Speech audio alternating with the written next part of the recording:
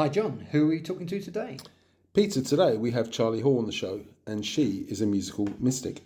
A musical mystic, what's that? Well, Charlie lives life totally in touch with the supernatural. Okay, great. Let's listen to the interview. Hi, Charlie. Welcome Hiya. to our podcast. Thank you very much for joining us. Oh, thank you very much for inviting me. You're welcome. You're welcome. So I thought I'd start off with just some background questions for you, if I may, Yeah. just to sort of set the scene. Basically, who are you and what do you do? Yeah, I'm a paranormal writer and researcher. I'm brand ambassador of Haunted magazine. I'm also a horror writer and filmer. I'm a very busy, spooky lady because I'm a medium and a musician as well. So I'm always up to lots of different things. Yeah. All right, okay. And just kind of, what led you to, what's your family background? I did do some reading about you, and actually I understand that your dad played with Van Morrison back in the day. Yeah, my dad, Clive Culbertson, he used to be in Van Morrison and the Hot House Flowers. You know, he's had various different bands of his own that he's toured with, and it's really nice because, I didn't meet my dad until I was a teenager. Oh. When we first met, obviously when I found out that my dad was in Van Morrison and, he was into all the same things I was into, even though we never knew each other. I was, a mystic and a medium and with the music. And when we met, he was like, of all my children, the one most like me is the one furthest away. And I was like, oh, my dad's a musician and a mystic. And it's nice because he is the founder of the Ulster Druid Order as well. Okay. So I've learnt a lot from him. We go to a lot of stone circles, we do lots of rituals, and it's nice because he's very much of the sort of old ways of magic and mysticism, and it's very interesting sort of seeing how people, into that kind of magic work are very at one with nature and the earth, and it's so peaceful and nice. I really, really love being involved in that with him. Really. And is it kind of a very spiritual thing? I mean, when you're into the magic, does it sort of take the place of religion a little bit? Is that kind of how it should be looked at, or is it something separate? Yeah, I suppose in the sense of religion, it's more, instead of being something very much, that you're actually told to follow, and I don't personally follow sort of a particular religion myself, but with the magic and rituals, it's more like a religion of a way of living, a way of being with yourself, being at one with nature. And a lot of the things that I do as well, and my dad, is about really harnessing the earth's energy and manifesting things into your world. So it's more about looking into yourself than outwards to a sort of another deity, something like that. Dad does, he does do rituals to the sun gods, that kind of thing. Like when we're in the stone circles, he has certain chants that he does, and he calls to all four corners of the earth. But it's so peaceful and nice. Right. And it's always about, rituals for others in the earth as well. It's really magical. I really enjoy it. Because that's the thing that runs through. Because your mum, I understand, has a kind of an ability as well. Yeah. Is that as manifest as it is with your dad? Yeah, that's the thing. I think I'm very lucky that it was very much in my blood to be some kind of, mystic or a medium like I am. Because my mum as well, she is also a spiritual medium. But she, for years and years, sort of ignored it, didn't use her sort of ability. I think maybe because, when and where she was brought up in Ireland, it was very much, you didn't get involved in anything like that. Right. People were very, religious and into those kind of normal religions rather than something alternative. So if you were to say, I saw a ghost, or, oh, this is going to happen in the future, they'd be like, oh my God, they think it was something just really bad or negative. So she kind of, she kept it to herself. But then in later years, we actually, as I got more into the mediumship, we both actually started going on stage together. Oh, giving really? readings. Okay. Yeah, we realised that we could actually link into the same spirit energy together and give messages to people. But it's quite nice because we work in different ways. Right. Whereas me, I see, feel and hear spirit.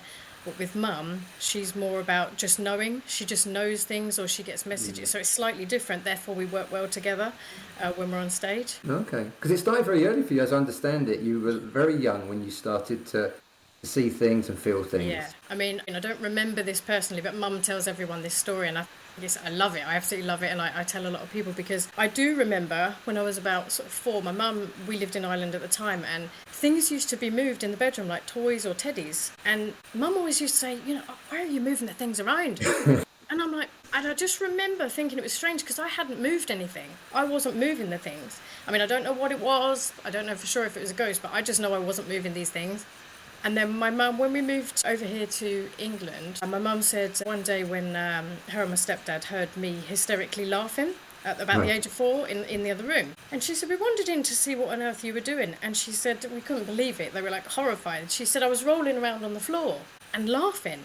And she said, she said, well, what are you doing? And apparently I said, the man, mummy, the man's tickling me.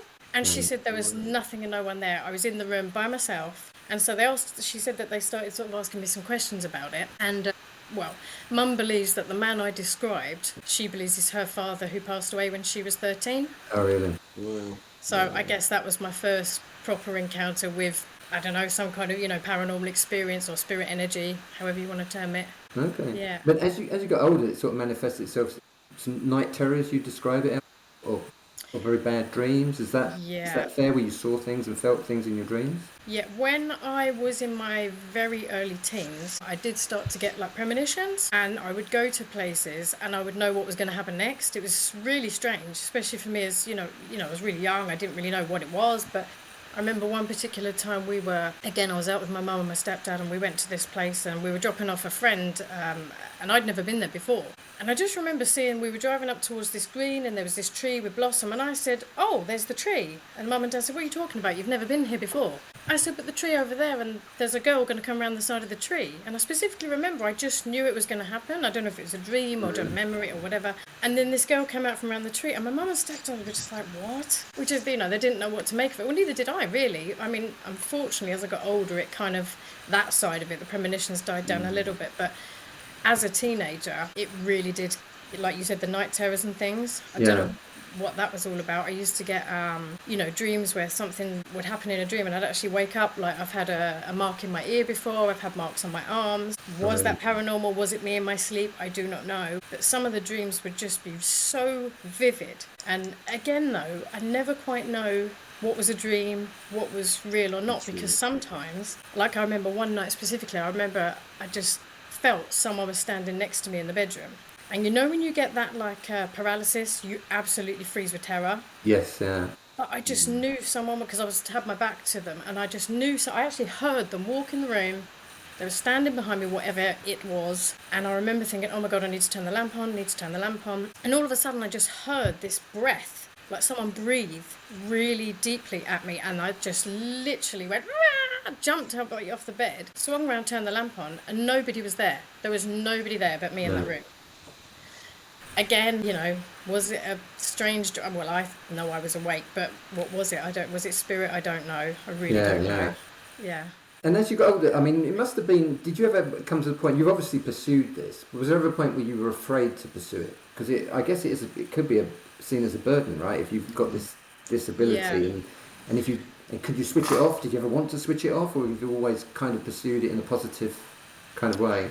Well, funny you say that, actually, because I did, as I got into my later teens, when it came on really strong, like really, really strong. I mean, there was times where people would be on the phone to me and I knew what was happening with their relatives, and I'd never met them, I didn't know them, and I was like, I needed to... And again, at night, I would see things, I would hear things, and I would just feel people were there, and I was on my own. And so I did actually tune out of it for a while. I did switch it off. But then at that time I'd sort of gone into my music career then as well, so I kind of diverted what I was doing and I went to do my music. And it wasn't till later on, maybe about 15 years ago, I really got back into it again, and I thought, this feels right now. And I started to get visions again and dreams again, and I started to know things about people. I mean, like with my mum, as I said, she sort of ignored her abilities for a while, and she's the same, because she sometimes knows certain things from the future that she doesn't like and she doesn't want to know, so she does kind of switch hers off.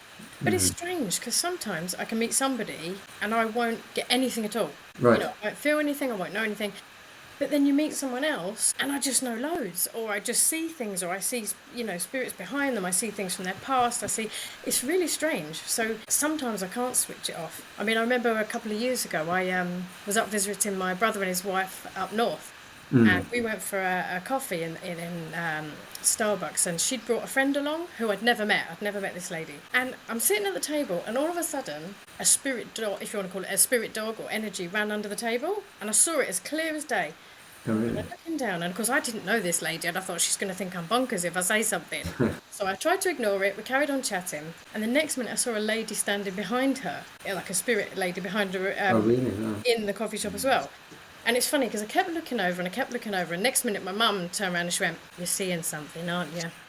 Just And I was knew. like, mm-hmm. And then luckily my sister-in-law, she said, "Oh, you know, my friend here, she's into all that. You can tell her anything." She was like, "Yeah, tell me, what do you see?" And I did. I told her, and I said, "Look, you know, you think I'm crazy, but there's a spirit dog here. I see the lady," and I described the lady and the dog, and then I turned around to her and I said, "Oh no," she said to me, "Oh my God, you've just described my nan, and her dog was her pride and joy." And then, funny enough, we both said at the same time, and her name is Polly. And she went, "Oh my God, that was the dog's name. Oh, And you really? saw Right. that and you know the name." So, again, that was just me trying to have a coffee with family, switching off. But it all just turned up. It all just happened. You had a similar experience though in Ham House, didn't you? Because you got the name of the little girl almost spot on, as I understand it. There was a little girl in Ham House that you saw. In Ham House. Oh, no, in Ham House, I love that place. I absolutely love that You house. I feel a lot must of admit, I energy love there. all the National Trust houses. Right. I go to a lot of them and write about them. Ham House was where I had the experience. As you go into Ham House, there's above the reception like a private, like a gallery area. Right. And we'd sort of gone on a day when there wasn't too many people there, so we'd spend more time looking at it. I went up to the top floor, and I'm walking around the gallery, and it was only me up there. Everyone else had, like my mum that had moved on, a friend into the next area. And as I was walking along, now I know obviously, you know, in an old house, on a wooden floor, you hear the creaky floorboards. So I'm walking, looking at the paintings, I could hear my feet creaking, and I kid you not, I was going to ask the National Trust for the CCTV, because all of a sudden something behind me went creak, creak, creak, creak, creak, creak, creak, creak. And I jumped around like this, like turned around, thinking there was going to be like maybe a child or something behind me that had run up, because I heard it all with my physical ears, and there was nothing and nobody there, nothing at all. And I was like, "Oh my God, oh my God, oh my God!" And I sort of ran through to the next bit, told my mum and our friend, and when I did a talk at a pagan festival year before last, and I told that story, and a lady came up to me afterwards and she went, "Oh, Charlie," she said, "Oh my God, I used to work at Ham House," and she said, "What you're describing and talking about," she said, "the Duchess that lived there many years ago used to have a spaniel." And she said, "It's quite known, there have been many," and I read about this afterwards when I was researching the story, "there's been many reports to the National Trust about this, people seeing a dog, seeing a spaniel running around, they've complained about it. But you're not allowed dogs in the house. There are no dogs in that house." She said, "But the way you described it sounded exactly like the ghost spaniel." So I thought that was really cool. I was like, yay! Fantastic. Well, that's the background piece, John. I don't know if you want to sort of. Yeah, sure. No, it's just, I mean, today, obviously, I know you've sort of music is part of your world as well. Yeah. And I think when me and Peter were talking about, we were wondering if music helped you understand this kind of things that you sell, because you can lose yourself in music. And Yeah. I don't know if you feel any particular connection that's helped you or not. Yeah, I must admit, from a very, very early age, I was just very naturally into music. I don't know why, how I just was. I mean, my mum and stepdad did listen to a lot of music, but I always loved singing, and I joined choirs at a very early age, and I was very, very much into poetry. And for me, when I was young, music and poetry and writing was very much my release and my expression. And I always, if I was, because I've always been a very emotional person, I've always been sensitive. Ever since I was a child even, I was always sensitive to, something that probably wouldn't upset someone else, I'd be bawling my eyes out. And so the music, I did kind of, filter all of that through to my music. And same with my, the poetry and stories and even dance. I just always felt drawn to that kind of thing. And I suppose for me, therefore, it was quite a spiritual thing. Yeah. And, same with my dad. He Sure. channels everything through his music. That's how we get our emotions out, how we get our thoughts, our feelings. And as well, though, there's, certain practices in, like with the Druids or the Pagans or the Wiccans and those kind of groups, that they use music very much as well for the rituals. Like I've done drumming rituals. Do you think, I mean, obviously, having a kind of Irish musical background, I mean, there's a great Celtic tradition. I mean, even sort of all the fringes of the UK, probably not so much an English thing, but more Welsh, Scottish, Irish, down in Cornwall. Part of that is part of more in touch with nature, more in touch with the otherworldly things, and the music and the writings and things. Do you think that's true for you, or? I think there are certain places, like especially in, Ireland, it is a very folkloric you know, spiritual place. Like everywhere you go, somebody has some kind of story. Whether, I mean, I've heard all sorts. I've been to places where there's apparently fairies, you know, fairy glens, and you know, different creatures. And even with the music is always, you know, used to connect with spirits and nature as well. And even in rituals I've done, I mean, I've done shamanic drumming rituals, and it does put you in some kind of a hypnotic state. And the funny thing was, I mean, I drum generally in bands anyway, but I'd never sort of partaken in any of the ritual drumming. And I did it with the Highland Seer, Barbara Meikle-John Free, and Flavia Kate Peters a few years ago. And we had massive, massive drums, and there was about 16 of us all drumming. And I tell you what, after about maybe 15 minutes, you almost feel like you're in a vortex, and you feel it running through you. It's going... And I kid you not, I was like, I understand now. I get this. And you start going off into, well, the altered states, you know, like they use it in the different rituals. And was that a communal thing, the whole group of you, or did you just feel it was you? Did you feel one with everybody, or did you feel it was your personal thing? It did feel really connected, and everybody else felt it as well, because we all discussed it afterwards. And even with chanting, I know some people sort of think, you know, that's really woo-woo, and that's... Sure. But it's... not only for, you know, putting you into altered states, it can also be really empowering. Sure. Like if you're chanting certain mantras that mean something to you or to someone or can put you into another state, it's really good to do. And I even sometimes in my own personal practice do that for myself. Well. You know, What was the name of that? meditations I didn't catch the name, and just in case it doesn't come out in the edit, what was the name of the Highland drum? the lady we did the... it's Barbara Meikle-John Free. She's a Highland Seer. Highland Seer, okay. Just so that we can put that in later.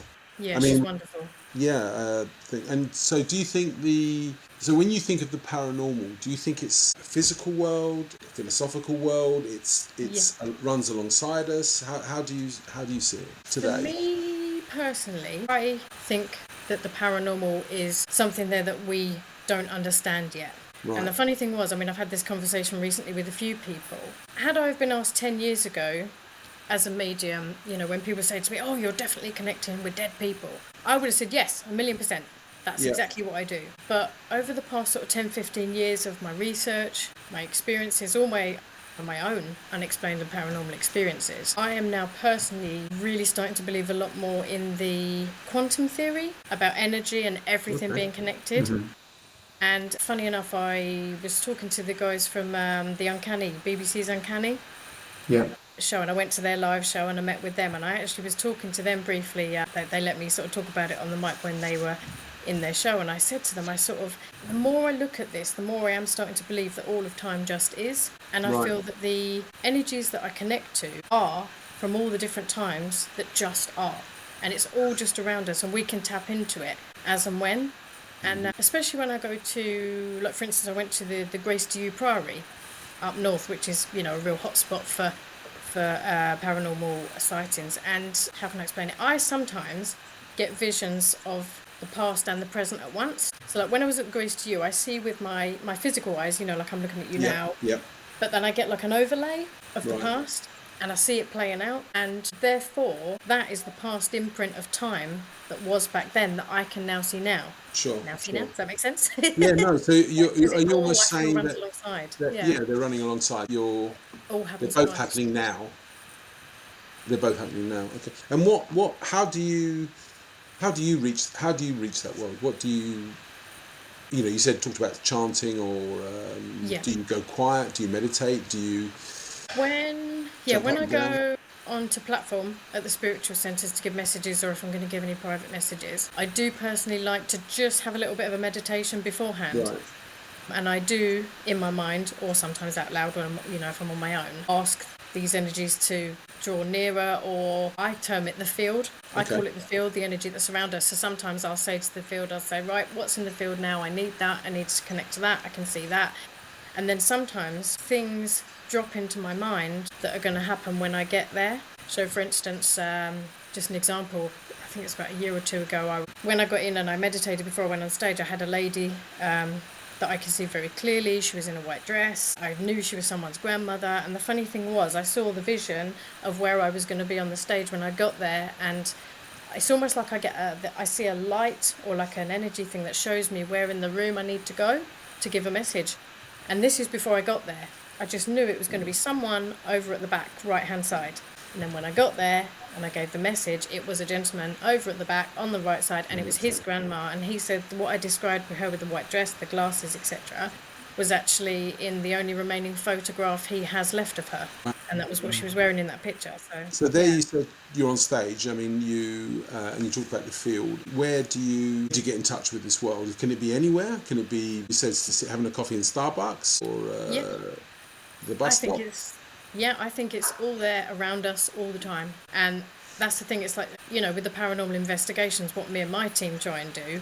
And obviously, don't get me wrong, we love doing the nighttime night vision investigations as well. We watch all them shows and I love it. But we tend to do ours a lot more in the daytime, right, to show people that the spirits are there in the day too. The energy's still there. You can connect with it at any time, any place. It is just there. But I do feel that, I don't know why, but some people maybe are more attuned to it than others.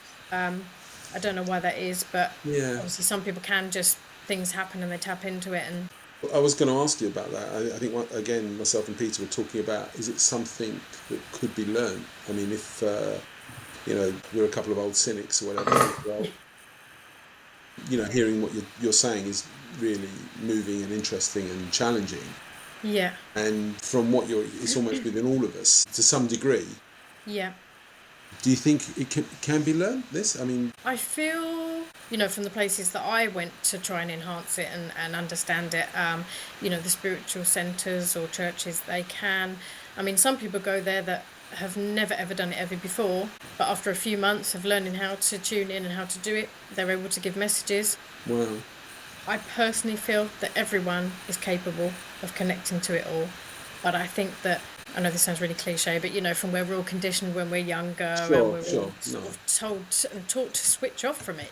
Everybody, well, in most people's lives, when you're younger, you're told, oh no, that's silly, oh that's just rubbish, or that's just pretend, or that's just. And the thing with me is, I was always quite a rebellious kid. So when somebody said to me, you can't do that, or that's not real, that's not going to happen, I was like, make that happen. I try my best to make it happen or to tune into something. But lucky that I naturally did have it there. But I do know other people that have, trained in it. I say trained, sort of been taught how to tune into it more, and they are able to connect now as well. Because I think the innocence of children, I mean, people always talk about imaginary friends that children have, and that could be part of, do you see that as part of this? And as you get older and it's kind of not drummed out of you, but you're not encouraged to have those thoughts. I mean, all kids have nightmares. Yeah. Quite realistic, very realistic dreams. Some good, some bad. So do you feel that that's squashed down inside us as we grow up, as 6, 7, 8, 9, 10 or whatever it is, or 12 in secondary school? I do think that, because I know we all have to learn particular things in order to survive in this world, but a lot of the time I think that we either forget about it, or, like I was saying in a talk recently, we're very much distracted in life now, whether it's with families, bills, traffic, artificial light, work, all these things distract us. And funny enough, I was talking, it was about druids and the old ways of people, that used to be around those stone circles. A lot of the time, those people were able to tune into things and sense things that they probably wouldn't have if they had if they had all the distractions that we have. Sure. And if you think all of those sort of cultures and people from the past, whether it was the Egyptians, the Mayans, the Druids, I always find it fascinating that whatever part of the country, the world, beg your pardon, that it is, they all drew similar pictures. They all drew pictures, obviously, of the same things they saw in the skies. They all had very similar practices in what they did in their sort of, because obviously they had a lot more time for ritual and for, they were very much connected to the earth and the skies and everything around them. And I think that was like a collective consciousness. Yeah. We've lost that, unfortunately, but a lot more people now are trying to tune back in, and even with your intuition, people's intuition, like people say to me, how do you know these things, or how do you feel what's right? How do you know what's going to happen next? And a lot of the time, it's not always just me connecting to the spirit and spirit in the field. It's my own inner navigation, my own gut feeling, my own antenna of pulling in those, because we can all pull in those energies to get answers to things. So where would we learn or get in touch with? How would we be educated? How would we be shown, or how could we get in touch with that kind of thing? those kind Yeah, of I feelings. mean, there's lots of spiritualist churches, spiritualist Right. centres. There's lots of courses people can go on. There's online, lots of literature online and in books that people can learn and events. But even just simple practices, like I used to, on my way to work, test myself. Like, it didn't always work, but it did sometimes. Like, I'd say, right, what car's going to come around the corner? What colour car's going to come around the corner next? Wow. And I would do it all the way to work just to tune my brain in to kind of know from my intuition what was going to come next. Or even with, are you familiar with Zener cards? They are cards that people use for psychic practice. Like, have you ever seen, in the first Ghostbusters movie, the original, Oh when yes, yeah. he holds up the cards that have a He cross does. or a Yeah. triangle or the Yes. psychic Yeah. cards. Yeah. Well, I actually use them Right. regularly. Like, even when I'm just sitting at home, I'll go through asking myself what the next cards are as a practice, just as a normal practice in my daily life to keep my So psychic actually, sensitivity you're going. almost you're training. You're training yourself Yeah. to be more in tune with these. Yeah, I do Would it that be regularly. true? Yeah. Blimey. And also sometimes one of my EPs that I did and a couple of my features, Sorry, Charlie. What's an EP? it's like a CD of a few tracks from my music. Okay. Like, instead of an album, it's just a smaller release with, say, maybe 4 or 5 Sure. I think tracks. you're going to say electroplastism because you were talking about photoplasm Sorry, from my musical Ghostbusters. EP. Yeah. I sometimes set an intention. Like, when I go to sleep, I will say to myself, like, say for instance, if I don't know what feature to write next, or I don't Yeah. know who to connect with next or contact, before I go to sleep, I say to the field or spirit, however you want to say it, I will say, right, what am I going to do next? Who do you think I should contact next? And I put that intention in here for the field when I go to sleep, and then 9 times out of 10, the message gets dropped in by the next day.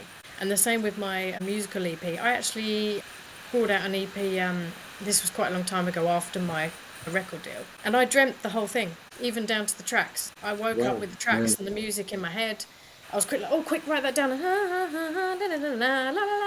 write it all down. That's why I have a notepad and pen with me at all times.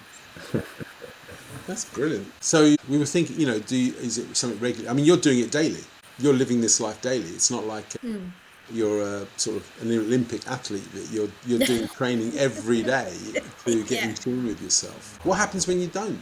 Let's say, I don't know, you're not very well, I suppose, or you don't, or you're tired, or you feel. Do you feel you lose some of that connection, or do you? I must admit, lately, actually, I've been really busy with filming and writing, and a lot of that has taken my time, and I maybe haven't been as in tune Right. as I normally am. I mean, sometimes it is nice, if it gets full on, sometimes it is nice to have a little bit of a switch off from it and keep my feet firmly on the ground for a little while. Sure. But then I always miss it after a while. It's almost like for me, it's exciting. It's like the magic in my life, because it's like, I like tuning into these things and seeing these things. And, I do miss it if I sort of switch out of it for a while. Like recently, because I haven't actually been on stage in a little while because of the other things that I'm doing with the the paranormal writing and research, and I sort of thought, I really need to get back into it. I'm missing it. So again, I sometimes then maybe sit with my circle or my friends and just kind of tune in. Like, funny enough, I was with a friend on Friday, and we were just talking about general things, and she was telling me about something, and all of a sudden this shadow male figure just cropped up behind her right shoulder, and I kind of tilted over and had a look, and she's actually a medium as well, and she went, "You can see it too, huh?" And I was like, "Yes, he's there." And she went, "Behind on my right side." My right side. I was like, "Yeah, I can see it right there." So it kind of does just drop in naturally. Yeah. So there, are you bouncing off each other there? I mean, it's is it because you're both interested? You both got a connection with the paranormal world, if you like, and so that it's enhanced when there's 2 of you, 3 of you, 4 of you. There's a more of a feeling, more of a connection, rather than diluted by kind of civilians, let's say, like ourselves. Yeah, it's funny you say that, actually, because we were having a conversation about this recently, because I find that if someone is into the same things and they can connect too, it is a lot easier for you both to tune into the same thing or see the same thing, like me and Mum do. And me and my very close friend, Lisa, who I was with on Friday, talking about that energy. Again, you were saying about, practicing and how we can make this happen, because, me and some of my friends, we do actually do joint meditations. Right. So that we all meditate and go to the same place. Okay. Or we meditate and try and tune into the same thing. Or sometimes we just kind of just go for a random meditation together, but somehow, without even setting an intention of where we're going or what we're going to see, we end up seeing some of the same things and similar things. So is that just because we are really in tune with each other and we all know each other? And again, I've done that in group meditations as well, and you do get a lot more visuals and a lot more insight when you're all tuned in together. So do you? Quite I exciting, mean, actually. you talked about it in all of us to certain degrees, but do you feel, I won't say a teacher, but a mentor that you pull out from? Are you a mentor to some people in your circle, in your group, or is it just you're still at a kind of level one medium, if you like, and instead of someone who's really in tune with it, because you're doing so many other things. Yeah. Yeah, I mean, I generally, in the group, I mean, we all, help and advise each other, and sure. we do get new people joining the group, and, they always say to us, oh, how do you do that? How does this happen? And the funny thing was, years ago, before I was as much tuned in now as I am, I used to see these, more advanced mediums, and I was like, why can't I get a message like that? Why am I not seeing that exactly how she's seeing it? Or, and I was there, and then I understood once I learned that, I know this sounds silly, but the more you try and make it happen, like the more you force yourself to look and see, the more it doesn't happen. Right. It's almost like, because everyone's senses are different. Like, Yeah. as I said, I actually do see, feel and hear spirit, but some other people just hear it. Some other people Right. just see it. And so everyone's senses will progress in a different way. So it's more about just naturally letting it happen, believe it's going to happen, and then it will manifest within you in whichever way yourself will let it happen. No, that's really amazing. Peter, do you want to ask about the future? Yeah. So really, just a very simple question. I mean, you do so many things. I mean, and you touched on it there. What's the future hold for you immediately? And if you could, what would your favoured option be? Is it the filming? Is it the writing? Is it the music? Or do you just want to keep doing all three of them? I mean, I'll be honest, the music I don't do too much of now. I mean, I do still drum for fun, and I am actually, funny enough, my very good friend and my old guitarist from years ago, he moved abroad, and we've just got back in touch, and we're actually rekindling some old tracks at the minute, because he's got a studio abroad, he's redoing guitars, and I'm actually going to do some vocal tracks. So we are going to work on some of the older rock songs that we did again, which is quite fun. I'm looking forward to going in the studio with that. I've got a lot of features in the pipeline, obviously with Haunted Magazine. I'm going to be going to quite a big event soon to talk about spirits and ghosts and what I do. And I've also started now writing horror. I write horror reviews, which I'm doing with a lot of independent horror film directors at the moment. That's really, really good fun. I mean, I'm hoping in the future to go out on more paranormal investigations. I really, really want to do more of that, the actual hands-on investigations, especially as I've got a group of people together now, and we're looking to do some things, go to different places. I just like doing a bit of everything, really. Seems like doing lots of stuff, yeah. I do. The thing is, I love to write, I love paranormal, and I love horror. And so if I can make it all work together, then perfect. Deal. And within all of this, you find time to be involved in a knife crime charity. How did that come about, and what was the fit there? Yeah.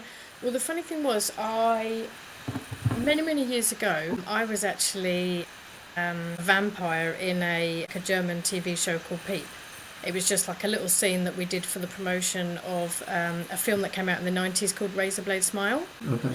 And so recently, last year, I actually got to meet the director of the film, Jake West, and we didn't realise at the time, all them years ago when I was about 18, 19, that we were both in that same documentary, but obviously we were filmed in different studios. So we became friends, and he introduced me to his very close friend, which is film director Aaron Truss, and he runs the Rob Knox, or he's a trustee for the Rob Knox Foundation, Right.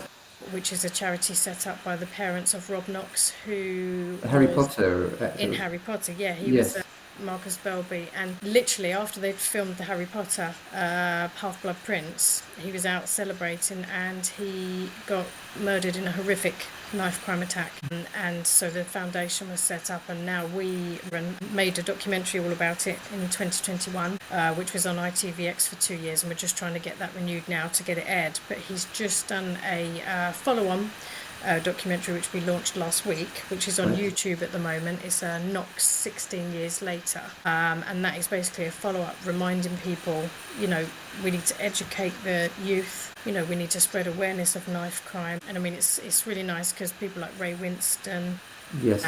and Nicholas Vince from Hellraiser, Sean Cronin from Mission Impossible, you know, they're all helping back the charity, and they're all in the new documentary. So I'm very much, you know, glad to be a part of that with them and helping them spread the message and get that out there. Yeah, very important work these days. It's quite a topic now with that Adolescence, the film today. They've announced that it's going to be shown in schools.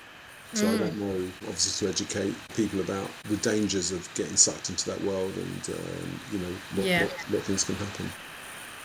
Well, I think as well with that, when, because obviously I wanted to help them anyway, you know, I've you know, written a few pieces to help them get the word out there, but when I started hearing, like, you know, my mum and my friends saying recently that they were too scared to go to certain places in case they got so scary, and I just thought, I've got to be involved and I need to help with this, and we just need to, well, I hope we want to try, you know, get the message out to maybe sort of schools and just to parents and friends, everyone, just to share the film or spread the word and just, you know, let the kids see this and understand. One final question, if I may. Yeah. You supported the Buzzcocks, I understand, and the Suffragettes. Yeah. Is that with the Pete Shelley? Was he still around in those days, or was it the... Oh, I'll be honest, I'm not too sure. I just remember that night was such a great memory for us because we did 2 shows in the one night that evening, and we opened the show for the Buzzcocks at the Camden Underworld, and it was really funny because then the guy that ran the Royal Standard in Walthamstow, he walked in the venue and he went, "What are you girls doing here? You've got a headline show at my venue." We're like, "Yes, we're packing up now. We're heading over to your venue to do our sellout show." And it was packed, and some of the guys from Cooler Shaker were there. They come to see us, and Oh, really? Fantastic. it was wonderful. Yes. So we were completely buzzing off of the first show, packed up the bus, went down the road, and we had a queue outside, you know, a sold-out venue for our own show. It was wonderful. Great Brilliant. night that was. Very good. Yeah. Great memories. Yeah. Charlie, thank you. I mean, really, this That's has brilliant. been Very good. really No, thank you. amazingly Thank you very much. interesting, and you know, wow, you've covered everything and more. Thank you for being Thanks for going into so much depth. It was really good. yeah, honest, and Oh, no, thank you. I really enjoyed it. Yeah. No, good. Hopefully, you'll do more. You know, you'll do more podcasting. You'll do more of everything. It sounds like you've got some. I know you've got so much on, and that's why I kind of. You know, I love being busy. Yeah. Paranormal horror, I love It's it. fantastic. It's fantastic. It's really been good. I mean, we've kept you for 45 minutes. We've been going on. Okay, that was really interesting hearing about her life and journey. Where can we find out more? Well, Pete, she's currently getting a website built for her, so probably at the moment it's easiest if you get in touch with us on our website, 2dsinapod.uk, and we'll pass details on to her. Okay, great. Well, who's on next time? We have 3 aspiring actors coming into the studio. Aspiring young actors. I'm looking forward to hearing from them. Great, thanks for listening to 2Ds in a Pod. See you next time.